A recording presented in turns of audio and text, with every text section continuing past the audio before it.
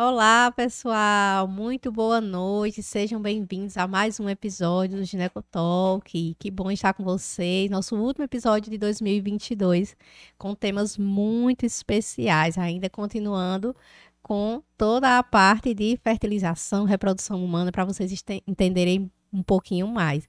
Eu quero hoje agradecer a todos os nossos patrocinadores que abraçaram esse projeto conosco, né, que estão sempre presentes em todos os episódios. O Empório em Casa, do Felipe Lustosa, ao Salão da Daiane Martins, a Renata Gonçalves Makeup e a Água Cambará. Então, sejam muito bem-vindos a esse episódio de hoje e nos sigam lá na rede social, @ginecotalk, e se inscrevam no nosso canal, ative o sininho para receberem todas as notificações e estar conosco todas as quartas-feiras ao vivo a partir das 20 horas. E hoje, gente, para terminar o ano com chave de ouro, né? A gente chamou uma convidada super especial. Acho que o Cariri inteiro conhece ela, certo? Que é a doutora Lorena Andrade. Tudo bom, Lorena? Oi, tudo bom, gente? Tudo bem, Loura? Seja bem-vindo. Boa noite. Boa noite, Se sinta obrigada. em casa. E está em casa Já mesmo. tô em casa, né? Já tô me sentindo em casa, já sou amiga dessas duas lindas aqui, maravilhosas. E tô muito feliz por ter sido convidada para participar desse momento. Adorei esse projeto de vocês, achei incrível. Particularmente, eu sou fã de podcast, né? A gente já tem um pod muito forte aqui, que é com o Diego Tibério, que é o podcast Cariri.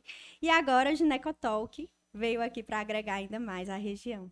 Obrigada, gente. E aí, gente, a Lorena, assim, já foi até pincelado um pouco isso em alguns outros episódios, mas hoje a gente vai conseguir aprofundar um pouquinho mais esse assunto, né? Que é sobre os procedimentos na reprodução humana, certo? E aí, Lozinha, conta um pouquinho pra gente, assim, aquela história de, tipo, como começou a reprodução humana no mundo, no Brasil, como é que foi isso? Então, gente, a reprodução, ela veio de uma necessidade dos pacientes inférteis, né? Então, assim, essa infertilidade não é uma coisa que aconteceu agora, que está acontecendo um boom. Na verdade, ela está sendo mais falada agora. Mas há muitas décadas, ela é falada e é um assunto necessário ser discutido, ser estudado. As técnicas de reprodução, elas têm avançado a passos largos, de certa forma, mas ainda há muito o que se estudar. A gente tem... A primeira FIV que aconteceu no mundo foi na Inglaterra, no interior da Inglaterra. Que, inclusive, é muito falado sobre a primeira nascida de FIV, que é Louise Brown. Então, para todo mundo, esse nome é um ícone, certo? Para quem é da fertilidade. A Louise Brown, ela foi concebida em julho de 1978. Então, assim, ela tem hoje 44 anos. 44 anos da primeira FIV do mundo. E desde então, isso foi avançando para o Brasil, para o Ceará. No Brasil, a primeira FIV aconteceu 6 anos depois, em 1984. Né? A primeira FIV do Brasil, o nome dela é Ana Paula. E a primeira FIV do Ceará só veio a acontecer em 1999, certo? Eu faço fellow lá no Grupo Solirium e, com muito orgulho, lá da clínica de Dr. Evangelista Torquato, e eu fico muito feliz de saber da história da primeira FIV do Ceará. Ele já contou isso pessoalmente para mim. É muito interessante a forma como era feita, uma forma bem arcaica em relação ao que tem hoje de avanços, né? Então, eles tinham feedback de outros profissionais que já faziam aí pelo mundo e conseguiram fazer no Ceará em 1999, e a primeira FIV do Ceará, o nome dela é Vitória. Certo? Tentaram, na época, 7 mulheres fazer 7 FIVs, 3 fertilizaram e apenas uma deu certo naquele período, que é a Vitória. E aí, assim, faz-se necessário ainda muito estudo. A reprodução humana, apesar da gente saber que é algo fantástico, incrível, meu Deus, como é que você faz um bebê de proveta? Naquela época foi um boom. Ainda há muito o que se estudar. Então, a gente tem muitas dúvidas. A maioria dos tratamentos feitos na reprodução, eles têm evidência científica, mas não há consenso. Então, assim, é um constante estudo, Sim. mas que a gente vai tentando aprimorar ao longo dos anos.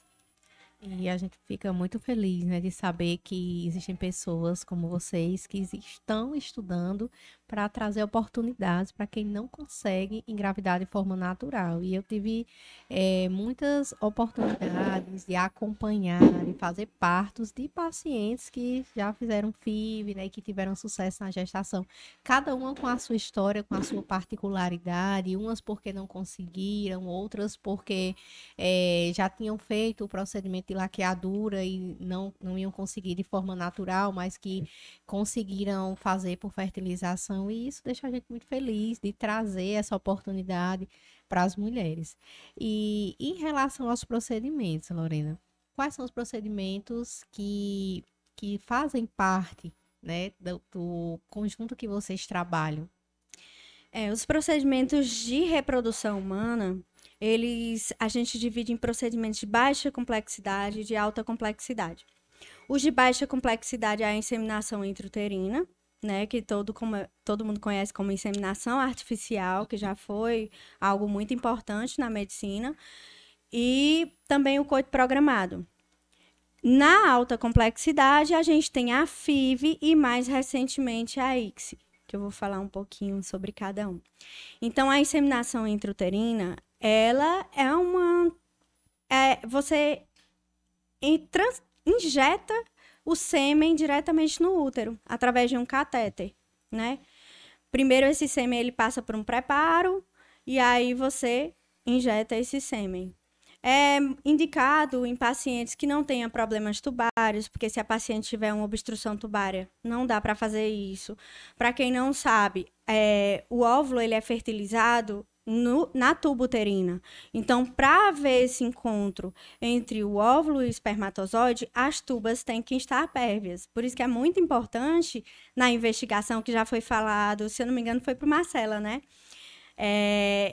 Na investigação do casal infértil, é muito importante fazer a esterossalpingografia para poder identificar se tem algum grau de obstrução. Porque aí você vai definir se você pode tentar uma inseminação intrauterina, se você vai fazer uma FIV. Não só esse fator, vários outros fatores estão relacionados. O coito programado você pode fazer uma indução da ovulação. E aí você programa o coito para aquele momento que a paciente está tendo. O coito é a relação, tá, gente? Para aquele momento que a paciente está ovulando. E aí você vai programar como? Como é que você sabe que está ovulando? A gente pode fazer acompanhamento ultrassonográfico, ou pode também fazer o acompanhamento através das fitinhas, né? As fitinhas que dão o pico de LH. Então, a gente também pode fazer a dosagem do LH sanguínea, né? Para poder fazer esse acompanhamento e saber quando a gente programar aquele coito. Tanto você pode fazer sem induzir a ovulação, para aquelas pacientes que não têm distúrbios ovulatórios. Geralmente a gente utiliza em pacientes, por exemplo, que o marido viaja, que eles trabalham, têm uma vida muito frenética e não se encontram tanto, não tem aquele número de 2, 3 relações sexuais por semana. E aí não tem nenhum outro problema de infertilidade, já foi investigado tudo, tá tudo ok. Você pode fazer essa tentativa, certo? Ou pode fazer a indução da ovulação para quem tem distúrbio ovulatório, pacientes que têm síndrome dos ovários policísticos, enfim. A FIV é a fertilização in vitro. Ela é chamada de fertilização in vitro porque antigamente era feita em umas placas de vidro, né? Hoje já mudou mais esse processo, mas a fertilização in vitro, ela é indicada para aqueles casais que têm algum problema, ou da tuba uterina, ou que precisa ter algum distúrbio dos óvulos mesmo, algum problema nos óvulos, paciente que tem reserva baixa. Também pode ser utilizado nos outros processos que tem disfunção ovulatória. É curioso também saber que tem casais que não conseguem ter relação sexual e querem partir já para ter um filho. Por exemplo, casais que têm algum distúrbio psicológico, alguma coisa assim que possa provocar um vaginismo, estão com dificuldade de ter aquela relação sexual, você pode indicar uma FIV, certo? E aí, que se ela veio para revolucionar tudo de fato, que é a injeção intracitoplasmática do espermatozoide. A FIV, ela já era fantástica, só que para, por exemplo, homens que tinham uma disfunção espermática importante, ficava difícil fazer a FIV. Então, às vezes, aquele espermatozoide, a FIV, você coloca o óvulo numa plaquinha e o espermatozoide também. E eles vão e fertilizam sozinhos. Já a ICSI, você faz a injeção intracitoplasmática do espermatozoide no óvulo. Então, assim, se o parceiro ele tem alguma disfunção espermática que esteja ocasionando um problema grave na motilidade, é super importante. Aumenta também as taxas de fertilização. Então, para aquela paciente que tem uma baixa reserva, conseguiu captar poucos óvulos, você vai para um processo que tenha uma taxa melhor de gravidez. Então, são processos que realmente vieram, tem suas nuances, lógico, a gente tem que avaliar cada casal de forma individualizada. Existem aqueles casais que não têm nenhuma contraindicação à inseminação intrauterina, mas que optam pela fertilização in vitro por ter uma taxa de sucesso maior. E aí, assim, vai de uma conversa, né? A gente sabe que os custos podem ser diferentes, a gente sabe que a realidade de cada casal pode ser diferente, então a gente vai tateando e vendo qual o método que se adequa melhor para aquela paciente. Inclusive, o coito programado, ele hoje é muito feito por vários ginecologistas que não são infertileudas. Tem vários que têm experiência em coito programado, em fazer indução da ovulação, na baixa complexidade. E isso é interessante, porque a gente tem que perder o medo de fazer esse tratamento para as pacientes. Elas procuram já a gente e a gente tem que tentar avaliar qual a melhor forma de conseguir a gravidez, que é o mais importante, né? Tu já falou até um pouquinho, assim, de como que é realizado, né, cada procedimento desse. Certo. Mas existem algumas etapas que são interessantes, né?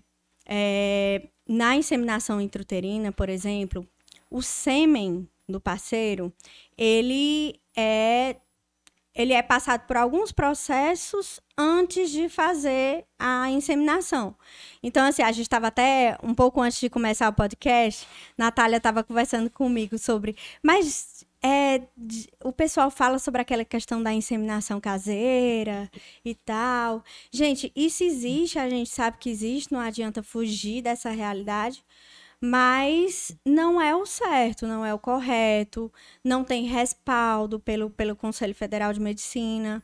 E aqueles pacientes não foram testados, não foi visto se tem alguma doença na família, algo que realmente possa impactar. Então, não é certo fazer essas inseminações caseiras. Já a FIV, quando a gente vai pensar em FIV ou ICSI, a gente tem que ter todo um preparo daquele casal. A primeira coisa que a gente precisa preparar no casal é a expectativa. Porque há uma falsa impressão de que fazer FIV ou ICSI vai dar certo. E não é assim. Então, você trabalhar a expectativa do casal, ou, enfim, nem sempre é casal, às vezes é uma mãe solo, daqueles pacientes é importante. Existem calculadoras hoje que a gente utiliza, faz a avaliação do AMH, vê a idade da paciente e consegue ter uma noção de quanto seria válido. Aí eu vou calcular para aquela paciente de 44 anos com a AMH de 0,05, estou chutando aqui, vai dar uma chance de 1%. É válido para essa paciente fazer esse tratamento com uma chance de 1, 2, 3%? Aí isso, ela vai me responder.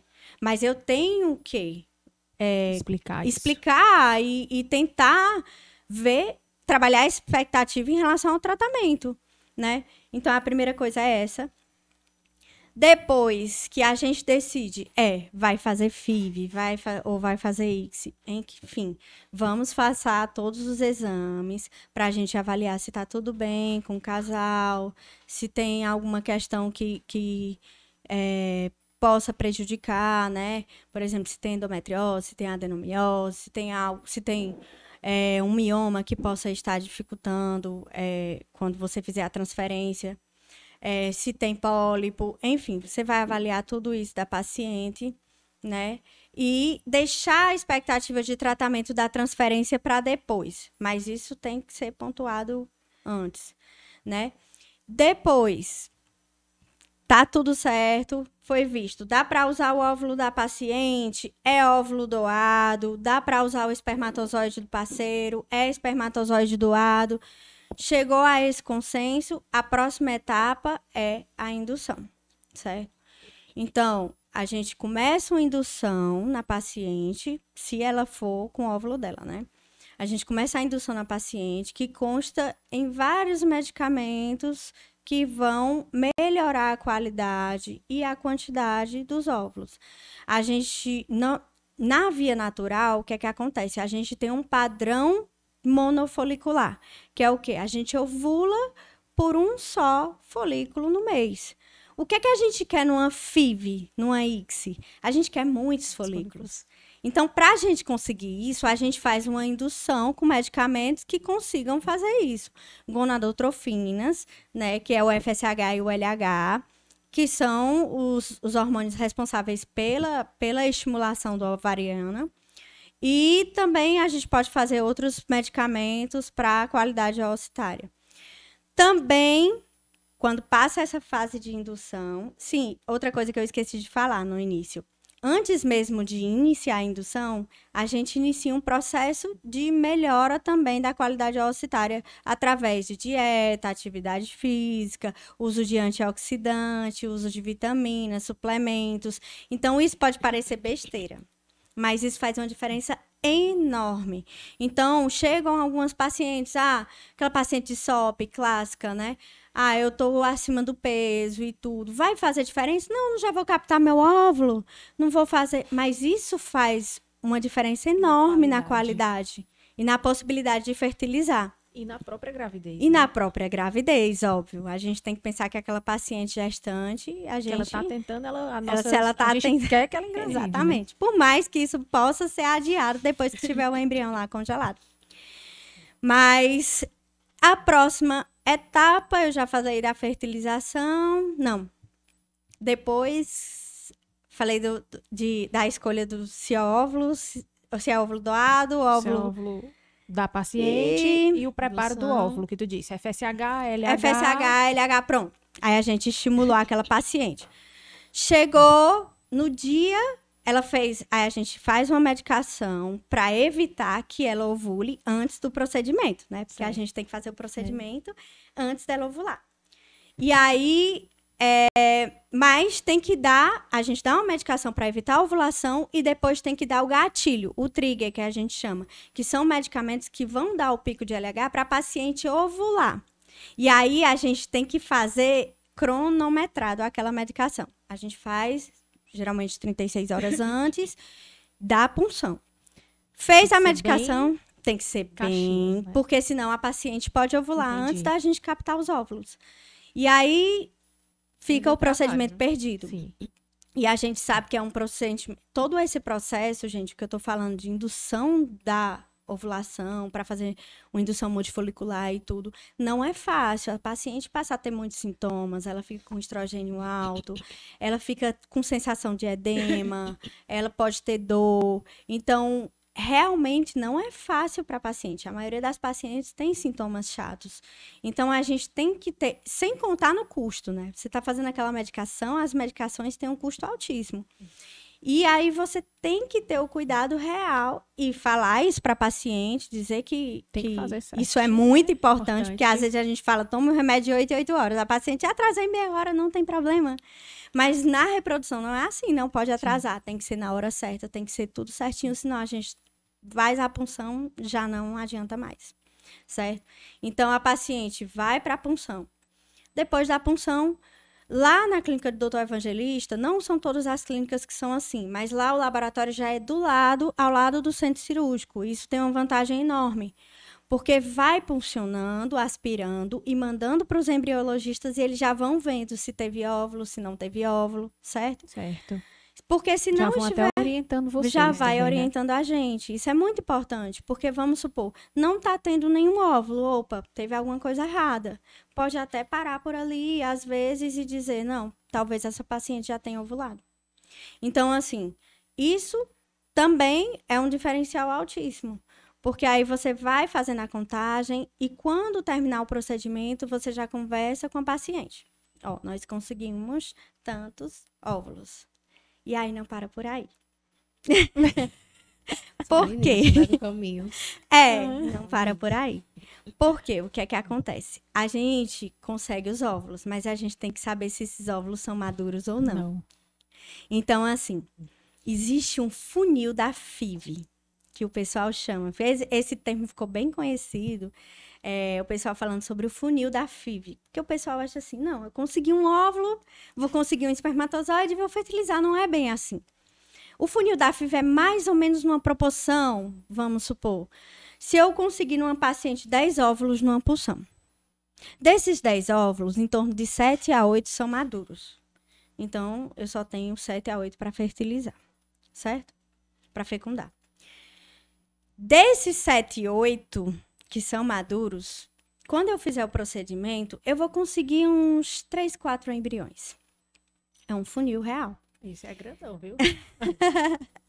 Desses 3, 4 embriões que eu consegui, eu tenho que ver quantos vão se tornar blastocisto, que é embrião de 5º dia, que é o que eu vou congelar para poder depois Fertilizar. fazer a transferência, Ah, beleza.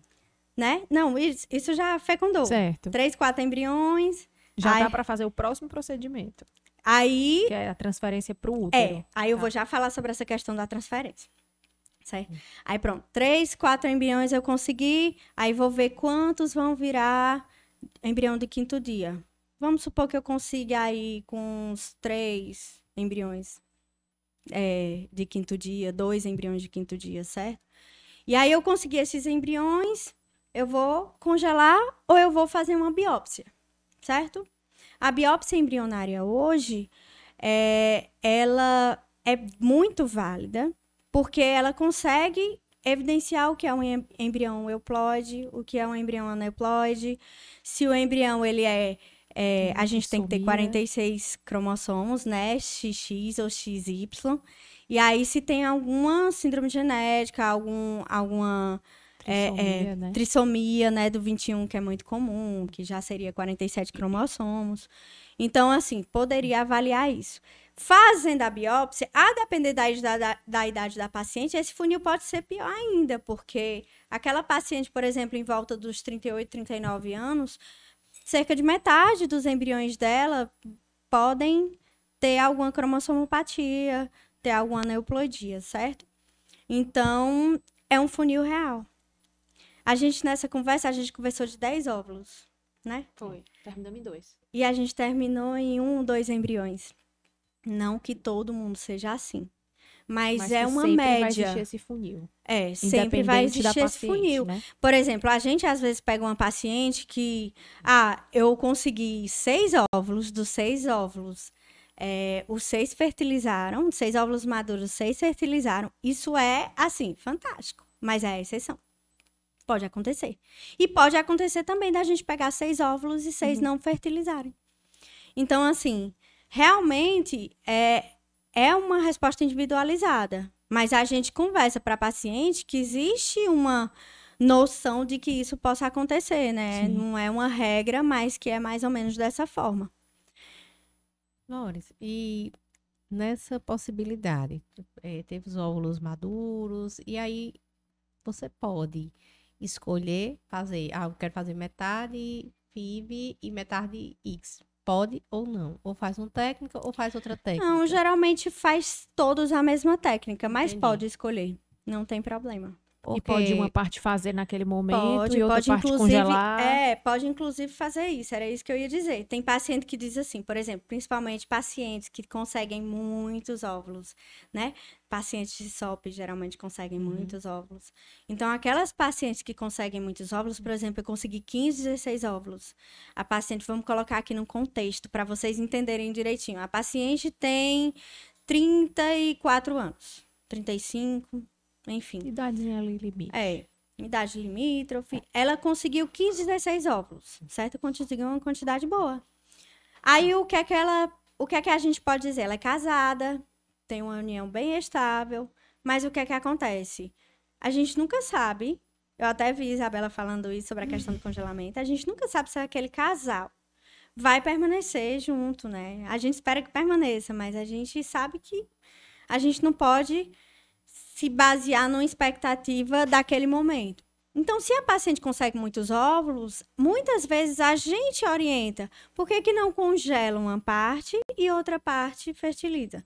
Por que que não faz isso? E aí, lógico que é uma decisão do casal, mas é válido, né? Até porque aquela paciente está numa idade limítrofe, e aí se em 4, 5 anos ela se divorciar, a gente vai ter um problema porque ela só vai ter embriões com aquele parceiro, certo? Que aí a gente vai já conversar sobre essas questões legais. O buraco é mais embaixo. Exatamente. E qual era a próxima pergunta? Não, tu tava na parte de que tu ia transferir. Depois de transferir... Transferir... Não, que ia transferir não. Eu ia falar sobre essa questão de transferência. Era. Certo? Gente, a transferência, hoje em dia, você pode fazer a transferência logo após a indução, certo? Captei os óvulos, fiz a FIV, fiz a ICSI, e aí eu não vou congelar, eu vou transferir, certo? Pode, em algumas situações pontuais. Mas hoje em dia não é tão interessante, certo? Por quê? Existem algumas complicações que podem acontecer por conta dessa transferência logo naquele ciclo. A paciente ela foi hiperestimulada, certo? A paciente está com estradiol lá em cima.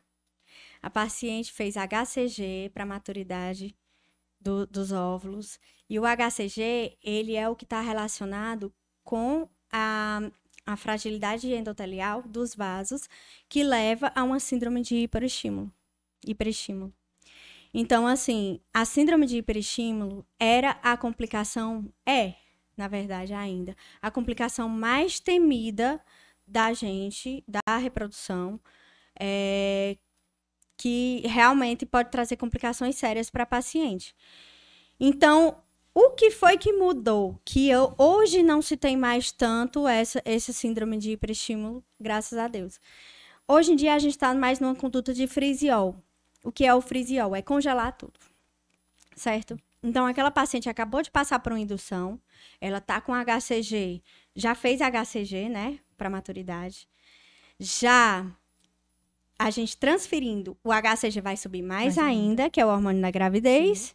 E aí, isso vai fazer com que ela tenha um risco maior de síndrome de hiperestímulo. Então, antes, a gente tinha um índice altíssimo de síndrome de hiperestímulo. Hoje, você vê muito pouco. Eu vou lhe falar que durante esse ano que eu permaneci na clínica, eu vi uma síndrome de hiperestímulo. E lá o volume é enorme. E lá o volume é enorme. Então, assim, realmente é baixo o índice. Realmente, hoje é baixo. Aí vocês congelam e só fazem a transferência no próximo ciclo. Depende. Tudo depende. Aquela paciente tem adenomiose? Se ela tiver, a adenomiose, ela está relacionada a uma diminuição tem uma dificuldade maior do embrião implantar. Então, realmente, em algumas situações, a gente tem que fazer tratamento. Por exemplo, eu fiz a ultrassom de mapeamento, vi que a paciente tem adenomiose, o que é que eu posso fazer para ela? Eu posso bloquear a paciente por 2 a 3 meses, a gente usa muito o Zoladex, mas tem outras medicações que a gente pode bloquear, e aí isso melhora a receptividade endometrial, certo? Aquela paciente tem pólipo endometrial, os pólipos, eles estão relacionados a uma menor taxa de gravidez. Então, a gente programa para retirar aquele pólipo. A gente pode até saber que ela já tinha o pólipo antes, mas a gente não precisa tratar ele, não precisa naquele momento. Primeiro mas quando for transferir, ovário, primeiro a gente foca no ovário, né? Depois a gente vai preparar o útero para receber. Sim. Ela tem miomas? E aí, esse mioma é operável, não é? Esse mioma vai atrapalhar ou não vai? Os miomas que atrapalham são aqueles que estão geralmente aqueles que tocam na cavidade endometrial. Então, assim, é porque a classificação FIGO o pessoal não vai entender direito, mas até FIGO 3 seria aquele que atrapalharia, certo? A classificação FIGO, gente, é uma classificação de mioma, da localização do mioma. E aí, até FIGO 3 seriam aqueles que pegam no endométrio. E aí, você tem que ver se precisa fazer o tratamento ou não. Por exemplo, aquelas pacientes que às vezes elas têm uma má formação uterina, às vezes ela tem um útero bem miomatoso, que ela vai se submeter a uma cirurgia, e aí ninguém sabe se vai conseguir salvar aquele útero. Então, para essas pacientes, a gente realmente tem que ter já o congelamento. Então, o preparo do útero vai ser totalmente depois, certo? E para essas pacientes que vão fazer esses procedimentos, por exemplo, uma miomectomia, retirada do mioma, retirada do pólipo, existe um período preconizado para esperar? Não existe um tempo bem determinado. Depende muito de como foi o procedimento. Por exemplo, a miomectomia pegou muito o miométrio, né? A gente sabe que o miométrio, que é a musculatura do útero, se a paciente engravidar logo e ele estiver bem comprometido, existe um risco de rotura uterina. Então, a gente não pode indicar logo. A gente dá um espaço aí de 4, 6 meses, né? Para que ela possa engravidar. Depende muito do relato do cirurgião para a gente. Então, ele disse, eu invadi muito miométrio, eu não invadi. Pólipo é bem tranquilo, geralmente já pode fazer no próximo ciclo, certo? Também sinéquias são bem tranquilas. O problema é quando mexe mais no miométrio. E logo, qual é a taxa de sucesso desses procedimentos? Assim, a gente... Vamos lá. Aí, a taxa de sucesso.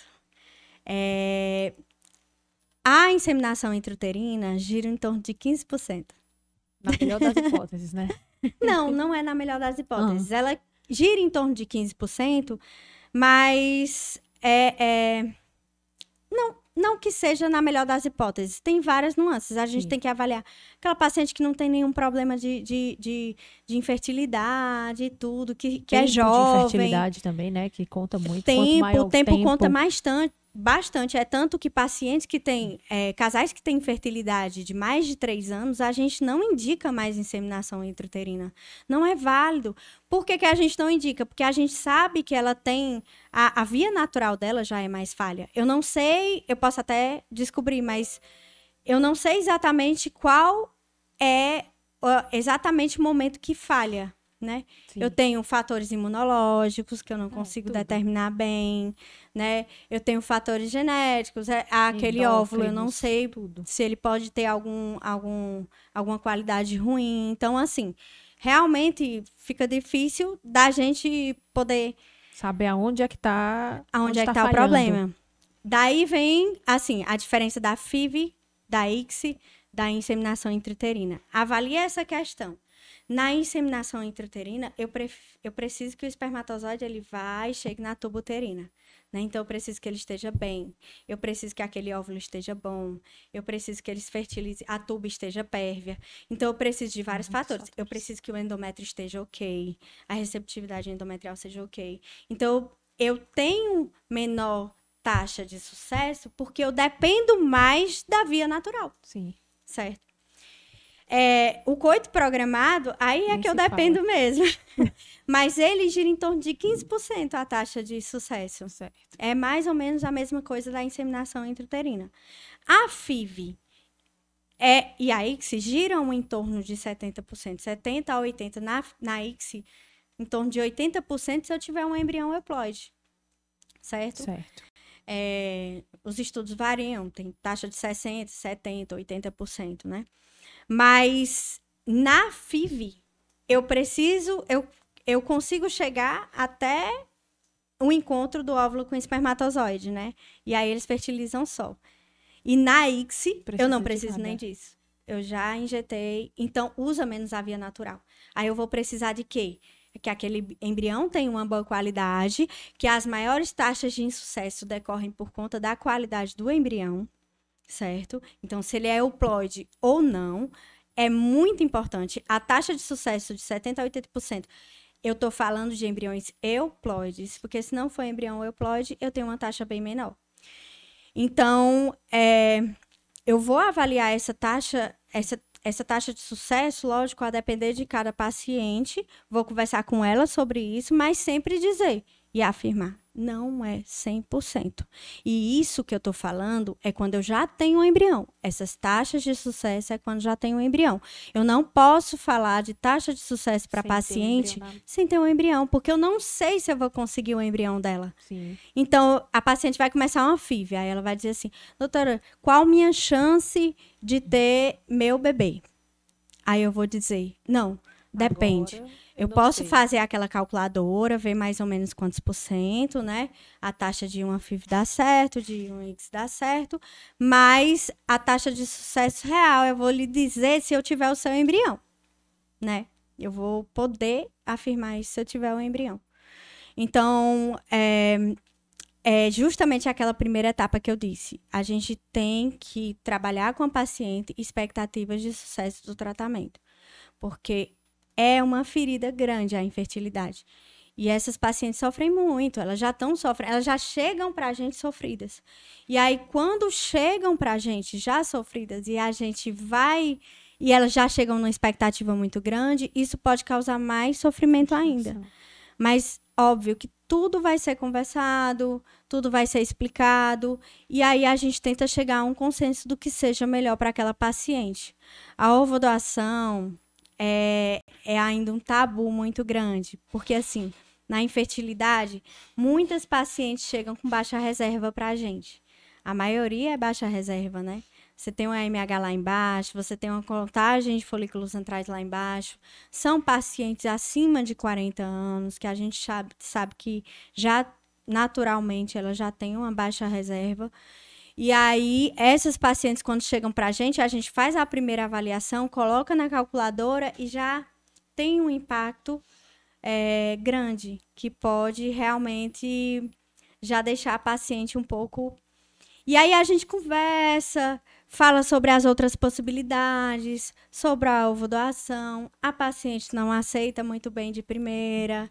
É difícil. Ah, mas eu quero que tenha minha genética. Eu quero que tenha meus olhos, meu rosto. Eu quero que seja parecido comigo. Só que aí a gente vai explicando que na ovodoação é feito tem vários critérios para a gente escolher aquele óvulo. Lógico que a gente vai escolher o fenótipo compatível com aquela paciente, com aquele casal, certo? Então, realmente, é algo que a gente deve pensar, né? Deve pensar. Deixa eu te perguntar uma coisa, Lourdes. Se eu vou fazer uma ICSI e eu vou escolher um espermatozoide, por exemplo, um casal que tem algum problema, os espermatozoides são mais lentos, eu vou fazer uma ICSI. Então, como é que eu vou saber que realmente aquele espermatozoide vai ser bom para eu fazer aquele procedimento? Depois, eu tenho uma obrigatoriedade de fazer biópsia para todos os embriões? Não. E se na biópsia vier uma alteração e ela não tiver outro embrião e ela escolher e ela quiser, claro, se for alguma coisa que seja realmente compatível com a vida, uma síndrome de Down, por exemplo, ela pode escolher esse embrião, implantar, fazer a transferência? Pode. Ela tem esse direito. O embrião é dela e ela pode escolher. Pode ser um embrião que tenha uma síndrome e se ela escolher, a gente tem que transferir. E lógico que isso não acontece de forma frequente, mas assim, pode acontecer e é uma decisão do casal ou da paciente, enfim, se a paciente for uma mãe solo, né? A outra pergunta foi Como é que a gente vai saber se esse espermatozoide que foi escolhido é um Pronto. espermatozoide bom? Esses espermatozoides, o homem, no dia que é feito, na verdade, ele faz um espermograma antes para a gente saber se tem uma qualidade. Se tiver fator masculino, certo? Ele passa, a depender desse fator masculino, eles passam por uma preparação, eles são capacitados e o embriologista, ele pega o melhor espermatozoide para poder fecundar o óvulo. Então, tem algumas características, né, que o embriologista vê que consegue selecionar Saber aqueles, qual né? vai usar. Em relação à biópsia, a biópsia, se ela é indicada para todo mundo. Você já tinha até feito essa pergunta. Acima dos 37 anos, a gente recomenda, certo? Acima dos 37 anos. Pelos riscos maiores, né? De cromossomopatias, enfim. E aí, mas a paciente, ela pode escolher não fazer, certo? Não é algo obrigatório, até porque existe um custo, cada embrião biopsiado tem um custo, e aí a paciente vai escolher se quer ou não.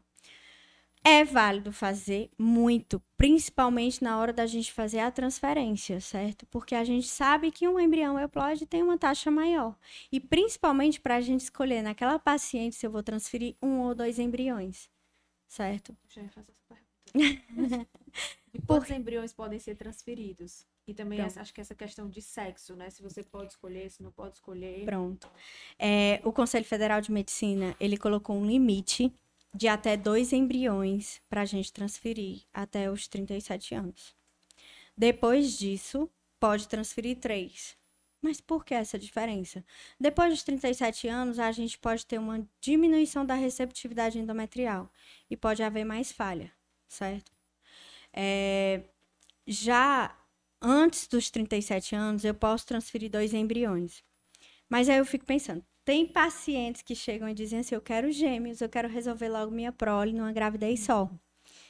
E a gente, como profissional, ginecologista, formação de obstetra também, a gente sabe o quanto uma gestação gemelar pode ser complicada, né?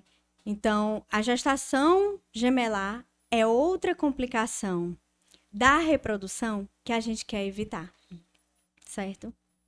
Então, aquela paciente que tem um embrião euploide, eu quero transferir 2, a gente diz, a taxa de sucesso de uma transferência de um embrião euploide é a mesma de você transferir 2 que você não sabe. Entendi. Que você não fez a biópsia. Então, se você fez biópsia embrionária, você transfere só 1, é melhor. Existe ainda chance de ter divisão esse embrião. Então, assim, você transfere 1 e pode vir gêmeos. Existe essa possibilidade. E trazer uma gestação que é mais complicada ainda quando ocorre essa divisão. Então, assim, a gente tem que ter a responsabilidade, porque é muito lindo gêmeos. Eles são lindos. A gente olha, ai, que lindo, veste roupa igual. Até chegar lá no final. Mas né? o obstetra infarta antes. Certo? Então, assim, tem muita gestação gemelar que é tranquila, mas tem muitas muito complicadas. Então, a gemelaridade é tida como uma complicação da reprodução. Ela entra como uma das complicações da reprodução. Certo? Mas essas pacientes que colocam-se 2 embriões, a chance de sucesso de os 2 darem certo é grande? A chance de sucesso depende. Se eles forem embriões que não foram testados, há a mesma chance de sucesso, dos 70%, de um euploide. De um que foi feito a biópsia embrionária. Entendi. E se a paciente quiser escolher só 1? Ela pode escolher, vou colocar só 1 e pronto. Pode. Se ela quiser transferir só 1. Pode sim. Ela pode congelar o restante, né? Mesmo os biopsiados. Os que são biopsiados, geralmente, a gente tende a congelar numa palheta só, para justamente, quando for descongelar, não precisar descongelar os 2, entendeu? Entendi. E aí, a gente congela numa palheta só para poder fazer essa transferência. Depois, só de um embrião. Quando não é biopsiado, aí você opta por congelar em 2 palhetas. Entendi. Isso vai... Ou em uma palheta só, quando não é biopsiado. Os 2 numa palheta só. Porque aí diminui os custos também para paciente. E aí pode você já deixar todos biopsiados, então. Pode. Pode. Existe algum risco para esse Você pode embrião? biopsiar. Não há evidência de algo que seja necessário abaixo dos 37 anos, mas é muito válido, porque a gente consegue fazer essa Uma diferenciação. coisa mais certeira, né? Exatamente. E tem, Lourdes, algum risco para esse embrião na realização dessa biópsia ou não? Muito pequeno. E depende muito da destreza do embriologista, né? Quem faz a biópsia embrionária é o profissional embriologista. E depende muito da experiência dele, mas é muito baixo. É uma taxa assim de Por isso que é tão válido, né? 99% não acontece nada. Entendeu? Então, realmente, se você for pensar nessa taxa, é muito válido. Muito Entendi. válido mesmo. E em relação aos procedimentos em si, a coleta, a transferência, existe algum risco para paciente? Existe. Eu já falei sobre alguns riscos, né? É. Então, assim, uma complicação a mais temida é a síndrome do hiperestímulo, né? A síndrome do hiperestímulo ovariano, o que é que ela acontece? Há um extravasamento de líquido para o terceiro espaço, para o pessoal entender. Começa a ter água, muito acúmulo de líquido em abdômen, que a gente chama de ascite, certo? E ela passa a ter alguns problemas. Pode ter problemas respiratórios, pode ter problemas renais, problemas hepáticos. E aí, essa paciente, ela pode, inclusive, precisar de um UTI ou ir a óbito. Mas isso, graças a Deus, é algo raríssimo hoje em dia. Bem mais raro hoje em dia. A outra complicação que eu falei já, a gemelaridade, que é tida pela gente como uma complicação. No procedimento, na hora da punção, existe um risco ali em torno de 1% de sangramento do ovário, porque a gente vai estar introduzindo uma agulha no ovário. Sim, eu não falei sobre o procedimento. Antigamente, ele era feito por laparoscopia. Certo? A captação de óvulos era feita por laparoscopia. Hoje não, a gente usa o mesmo transdutor que a gente usa na transvaginal, tem um adaptador que é acoplado a ele, e aí passa uma agulhinha naquele adaptador, certo? E a gente faz uma ultrassom transvaginal, a paciente vai estar sedada, e nessa ultrassom a gente faz a punção guiada dos óvulos, dos folículos, né? Então, como a gente faz essa punção guiada, a gente está perfurando o ovário. Há um risco de sangramento, óbvio. Mas o risco é muito baixo. O risco é em 1%. A agulha é muito fininha, é bem tranquilo de fazer, certo? Outros riscos também, infecção, por exemplo. Isso pode acontecer mais em pacientes, por exemplo, que têm endometrioma e na hora, sem querer, puncionou o endometrioma e aí pode acontecer um maior risco de infecção. Trombose, porque no momento que você está preparando a paciente, você faz uso de muitos medicamentos para estímulo ovariano, e aí isso aumenta o estradiol, e aí faz com que a paciente tenha um maior risco de trombose. Basicamente, esses riscos. Tem se falado, pessoal, eu até falei para a Natália, que já foi relatado, o pessoal colocou como um risco tardio, um câncer de mama, mas nunca foi relacionado, nunca houve evidência nenhuma de câncer de mama em pacientes pelo uso de estrogênio, quando fez a FIV. Porque até uma coisa mais pontual, né? A gente sabe que geralmente câncer de mama é mais uma exposição crônica, né? A dosagens altas de estrogênio, né? Uma das causas, né? Inclusive, uma coisa que é importante ser falado sobre a oncopreservação, né? Aquela paciente que está com câncer de mama, que você fica, ai meu Deus, eu vou aumentar muito o estradiol, mas a gente usa medicamentos que aumentam pouco. E são rápidos, a gente faz um tratamento super rápido, que ela não perde o tempo do tratamento oncológico dela. Então, não só o câncer de mama, mas outros tipos de câncer, hormônio dependente, não há impacto porque a gente utiliza medicamentos que não possam elevar tanto o nível de estrogênio. Eu vou entrar num assunto polêmico aqui agora. Certo? O que é gestação de substituição? Para quem não sabe, gente, gestação de substituição é conhecida também como barriga de aluguel, tá? Isso, assim, foi bem falado em novela, acho que quando a gente era mais nova, né, e tudo. Fala aí um pouquinho, Lourdes. Nós éramos bem novinhas, né, quando teve aquela novela. O nome era Barriga de Aluguel, era? Eu acho que era. Eu acho que tinha esse nome. Era Diego. Diego que é mais velho. Diego é o mais velho aqui. Então, gente, a útero-substituição, né? Útero-substituição, ela é um procedimento que a gente, graças a Deus, utiliza hoje para algumas pacientes em algumas situações pontuais. Por exemplo, pacientes que por algum motivo perderam o útero, um câncer, ou que tinham miomatose uterina, importante que precisou. Complicou. Exatamente. Ou que tinham endometriose importante, adenomiose, provocava muito sangramento. A gente, antes de indicar o procedimento cirúrgico dessa paciente, a gente pode indicar, né, ela fazer um congelamento de óvulos ou de embriões, a depender da situação dela. E, posteriormente, mesmo que ela perca esse útero, a gente pode usar aquele embrião que geneticamente é dela e do parceiro, ou de um espermatozoide doado, né? E, ou então usar o óvulo e fecundar Doado com o também. parceiro que ela esteja na época, né? Às vezes ela até conhece o parceiro depois. E conseguir uma pessoa, uma mulher, que esteja disposta a gestar por ela. Então, ela vai só gestar por ela. Vai ser a casinha do bebê naquele período, certo? E aí, a útero-substituição, ela pode, legalmente, ela pode ser feita no Brasil, aqui no Brasil, ela pode ser feita por parentes de até 4º grau. Explica um pouquinho o parentesco. O que é parente de primeiro Entender. grau, segundo, porque tem gente que acha que primo legítimo é parente de primeiro grau. Então, parentes de 1º grau são pais e filhos. Parentes de 2º grau são irmãos e avós. Parentes de 3º grau são sobrinhos e tios. E parentes de 4º grau são primos. Você vê que não vai muito longe. São pessoas próximas ali da família. Você pensa assim, é de 4º grau, é como se fosse algo distante. E para você entender que realmente tem que ser algo próximo, né? Tem essas classificações do grau de parentesco. E por que ser próximo? Porque no Brasil é proibido ter transação financeira nesse processo. Então, a paciente ela tem que querer gestar por você por algum motivo.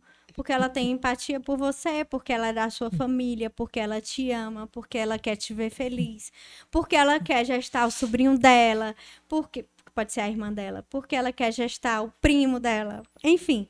E ela quer poder trazer essa felicidade para os pais. Essa paciente de útero-substituição, no Brasil, também tem algumas situações que eles podem, o Conselho Federal de Medicina pode autorizar se não for parentesco, se não tiver parentesco, né? Uma amiga, enfim. Mas são situações pontuais. E tem que ser autorizado. Tem né? que ser autorizado pelo conselho. E tem que comprovar que não há nenhum interesse. Exatamente. Como é que você vai comprovar isso? Lógico que é difícil, mas assim, geralmente elas escrevem uma carta a punho, dizendo como é que elas se conhecem, mostrando que tem algum vínculo afetivo e que por isso ela está querendo gestar. Lá o conselho vai julgar, enfim. Se vai ou não. Infelizmente, é o conselho que julga e aí ele vai dizer se permite ou não.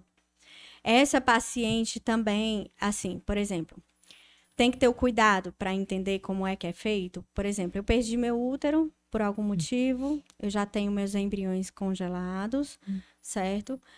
Na verdade, vou fazer a cirurgia, mudando um pouco. Vou fazer a cirurgia e vou congelar os óvulos, certo?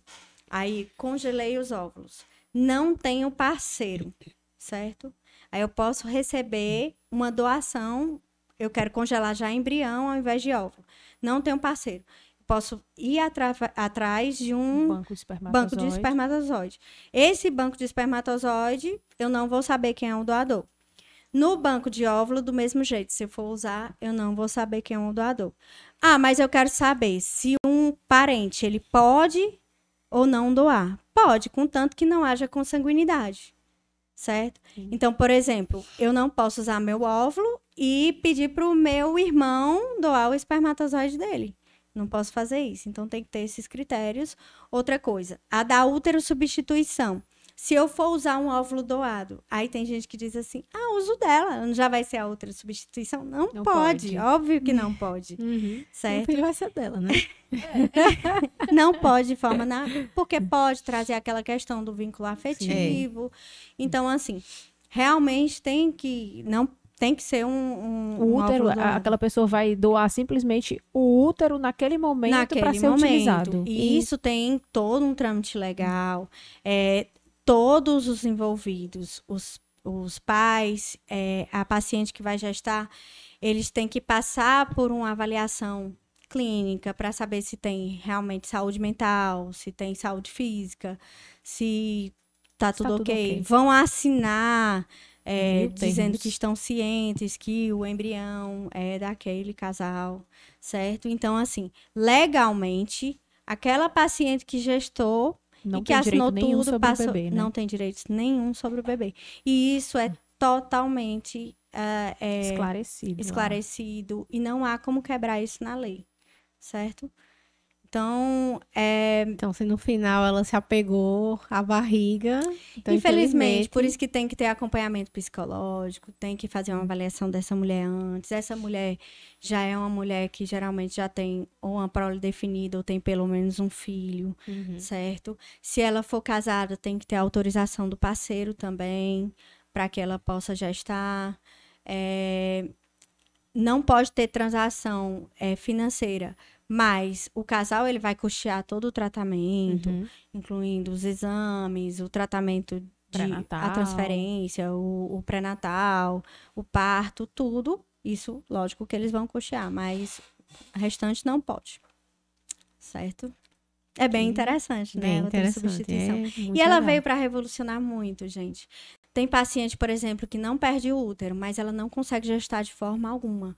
Volto para aquela questão da paciente com adenomiose. Gente, muitas pacientes com adenomiose têm embrião euploide. Por exemplo, eu tenho um embrião euploide, eu vou transferir, eu sei que a taxa de sucesso é em torno de 70%, e eu fiz 1, 2, 3, 4 transferências, não deu certo, eu tenho que pontuar para aquela paciente que existe possibilidade de ter uma dificuldade de implantação. E aí, falar para ela sobre a questão da uterosubstituição. Não é fácil, não é todo mundo que está disposto a isso, e é difícil conseguir alguém, mas consegue. Assim, a maioria vai atrás, pesquisa. É importante o embrião estar lá prontinho, que aí geralmente tem uma alma bondosa aí que vem, faz. Outra coisa que ajudou a revolucionar muito foi a questão dos casais homoafetivos, né? Ia te perguntar agora sobre isso, né? Como é que acontece com os casais homoafetivos, Ai, gente, essa parte é muito legal de falar. Muito legal, porque hoje em dia a gente tá a gente mudou, né? Sim. Assim, as famílias realmente estão cada vez mais diferentes e a gente tem que se adequar a essa realidade. As famílias querem, os casais homoafetivos querem constituir a família deles e é direito deles e é maravilhoso. E é muito bom ver esses casais homoafetivos realizando isso. Coisa que era bem difícil. Tem algumas particularidades entre o casal homoafetivo feminino, o casal homoafetivo masculino, certo? Por exemplo, o feminino, eu preciso de quê? Do espermatozoide. A paciente já tem um óvulo, enfim, se elas não tiverem nenhum problema ovulatório, né? Isso daí, Lorena, acho que tu até vai falar, mas só me adiantando. Por exemplo, nós somos um casal homoafetivo. A gente decide entre a gente quem vai doar o óvulo, por exemplo, e quem vai gestar. Ou na avaliação se avalia os dois? Essa decisão é em conjunto. Existe uma questão chamada gestação compartilhada, que é o que a gente geralmente indica. Que é o quê? A que vai gestar não é a doadora do óvulo. Certo? Certo. Então, assim, isso aproxima mais o casal de dizer assim, é nosso. E aí fica uma coisa mais tranquila, mais aceito por elas. E só que isso pode mudar, né? Durante a avaliação, por exemplo, a paciente que quer gestar é uma paciente que tem miomatose uterina, é importante, e a paciente que quer doar óvulo é uma paciente que que tem 42, 43 anos, que já tem uma reserva baixa. Então, é feita uma avaliação e é... Jogada as cartas. Né? Exatamente, jogada as cartas. E essa decisão é em conjunto. Por exemplo, a paciente que quer gestar é uma paciente com várias comorbidades, que tem um risco na gestação muito importante, pode ter um risco muito importante. Então, isso tudo vai mudando durante a avaliação. E aí a gente joga as cartas e fala. Só se tiver uma contraindicação formal, é que a gente não pode fazer de forma alguma. Mas elas podem optar sim, mesmo que elas vejam Mesmo que a você taxa diga, de não, a sucesso chance não é menor, seja... mas mesmo assim a gente vai Mesmo tentar. assim a gente quer assim. Não tem problema, pode tentar. E a particularidade do homem, do casal afetivo masculino, é que eles vão precisar de um útero, Sim. né? Eles vão precisar tanto do óvulo quanto do útero. E aí vem aquela questão, eu vou falar aqui porque foram Na mídia, né? figuras públicas, né? Paulo Gustavo, né, com o marido dele, na época, eles fizeram uma... Você vê que um era a cara de Paulo Gustavo e o outro Outra a do cara Thales, né? do Thales. Então, assim, eles foram duas mulheres para útero substituição, né? Duas mulheres para útero substituição, cada uma com óvulo doado e com espermatozoide de cada um deles. Eles pegaram o óvulo da mesma mulher. Certo. No banco de óvulos, eles escolheram Pegaram óvulos da mesma mulher E para fecundou com cada serem espermatozoide. irmãos da mesma Mãe. genética, né? Mãe. E fecundaram com o espermatozoide de cada um e transferiram no útero de outras mulheres. Certo. Vocês entenderam mais ou menos? Entendi. Então, assim, é dessa forma que faz o processo e que você tem que... lógico que isso é individual também, assim. Existem situações que eles dizem, não, eu não quero ter... Tem casal que diz, eu quero que seja o dele. Eu não quero, eu quero... Enfim. Ou então é um Pode ser transgênero, Sim. vamos supor, que não foi orientado antes, certo? Por exemplo, uma trans mulher, certo? É muito complicado você não fazer essa orientação antes. Porque, por exemplo, uma trans mulher faz uma terapia hormonal, certo? Essa terapia hormonal, você, antes de iniciar, antes do endócrino, enfim, iniciar essa terapia hormonal, ele tem responsabilidade de chegar para trans, para ela, e dizer assim, olha, provavelmente esse tratamento vai lhe deixar infértil.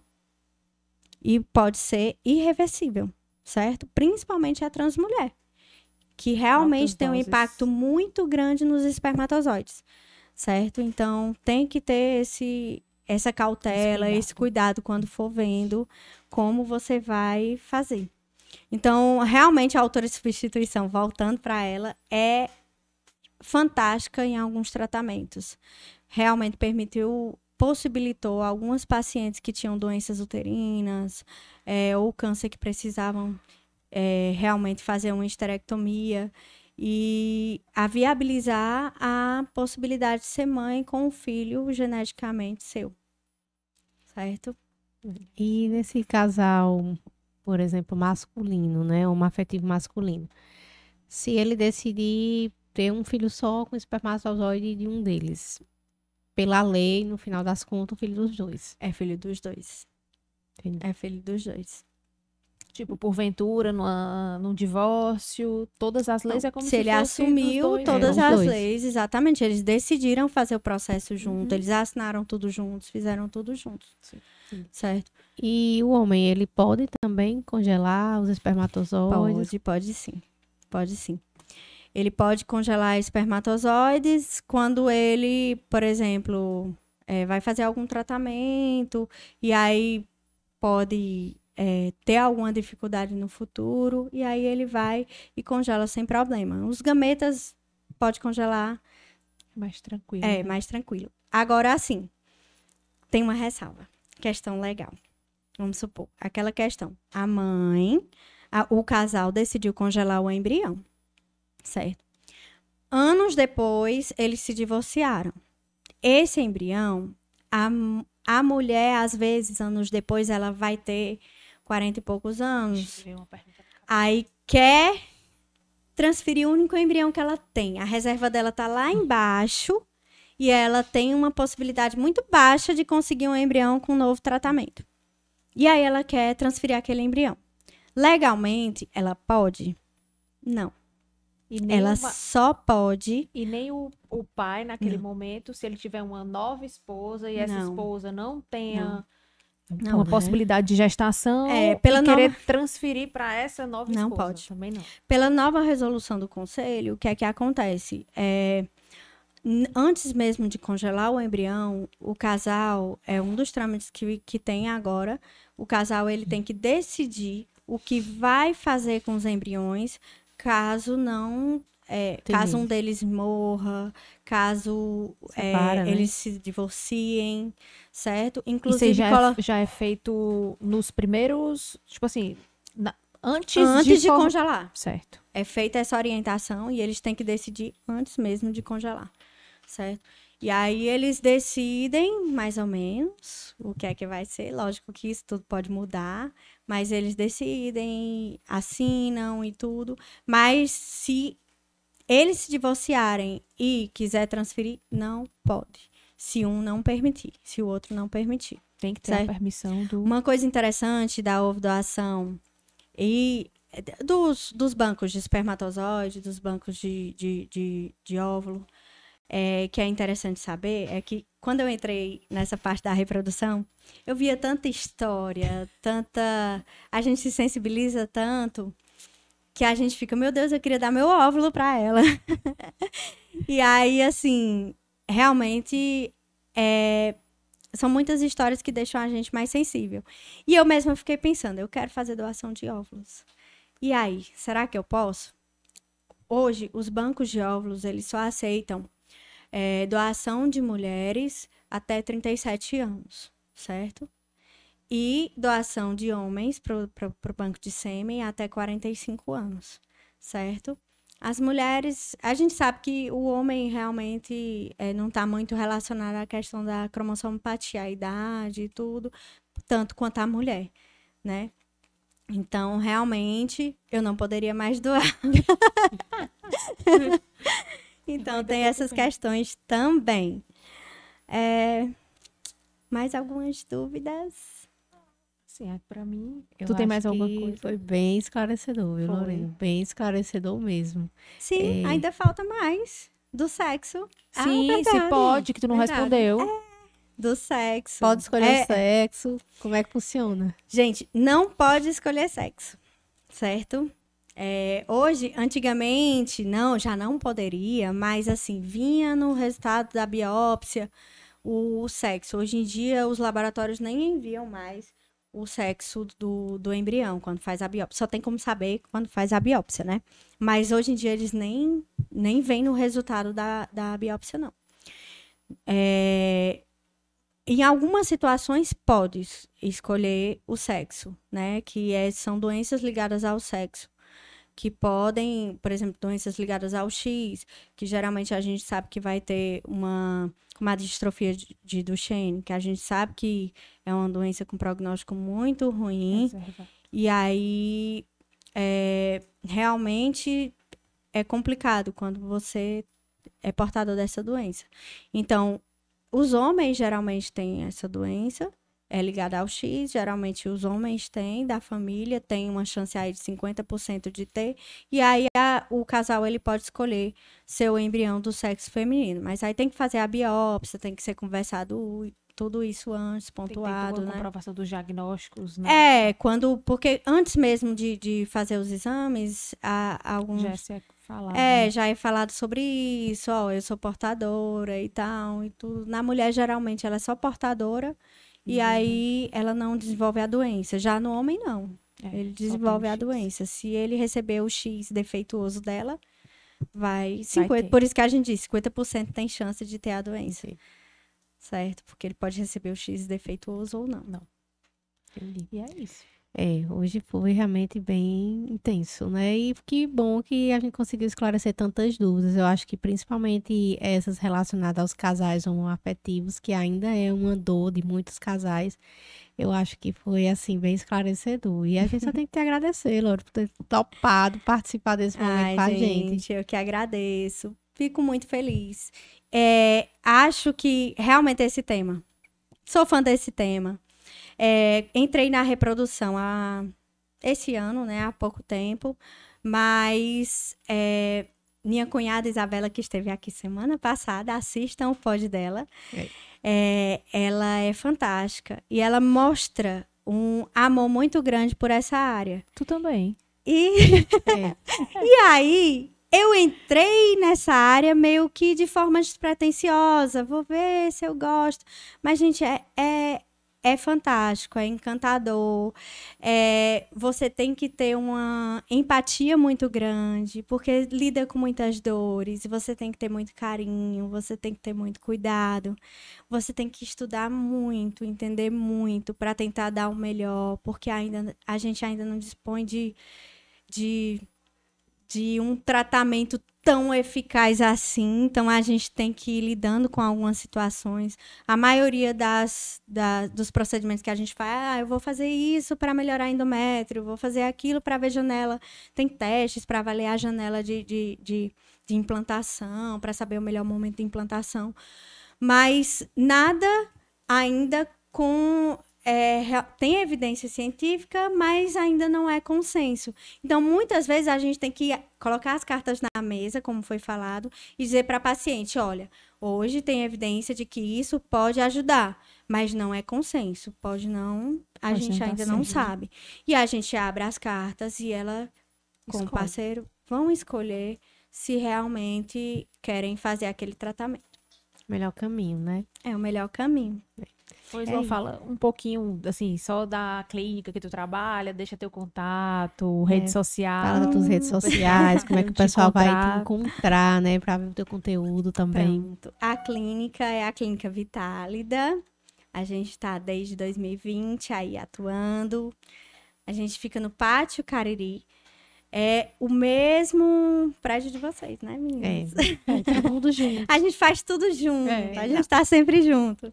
Então, assim, lá no Pátio Cariri, e quem quiser entrar em contato, o Instagram é @Vitálida, VITTALIDA,